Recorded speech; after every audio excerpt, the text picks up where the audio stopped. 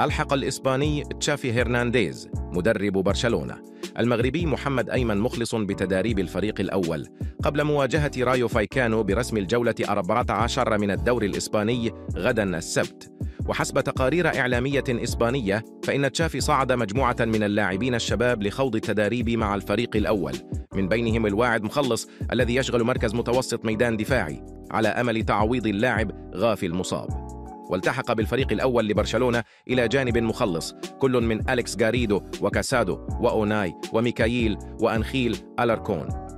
ويرغب تشافي في التعرف على لاعبي فريق الشباب من أجل اختيار الأسماء المرشحة لتعويض غافي الذي سيغيب حتى نهاية الموسم بسبب قطع في الرباط الصليبي تعرض له في مباراة المنتخبين الإسباني والجورجي ضمن الجولة العاشرة الأخيرة من تصفيات يورو 2024 بألمانيا.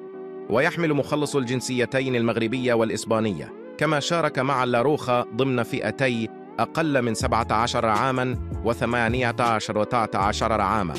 وانضم مخلص إلى رديف برشلونة في يناير قادماً من فريق أندورا المنافس بدوري الدرجة الثانية الإسباني على سبيل الإعارة حتى نهاية الموسم الحالي.